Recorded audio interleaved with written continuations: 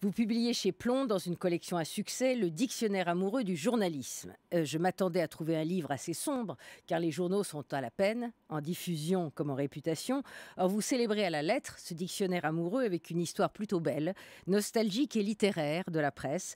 Vous qui avez dirigé Libé pendant 30 ans avec ses hauts et ses bas, je n'ai pas trouvé au fil de ces 900 pages d'analyse tellement d'éléments sur la crise de la presse. C'est que vous avez l'amour heureux.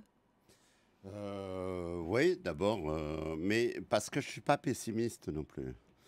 On est en train de vivre un moment qui dure depuis une bonne vingtaine d'années, 25 ans, peut-être 30 ans, de crise structurelle de ces métiers. Moi, j'en ai noté, j'en connais, il y en a deux qui me paraissent majeurs. C'est évidemment la révolution numérique. La création, il faut bien voir qu'on est dans la création d'un nouveau média et qui est le média de tous les médias.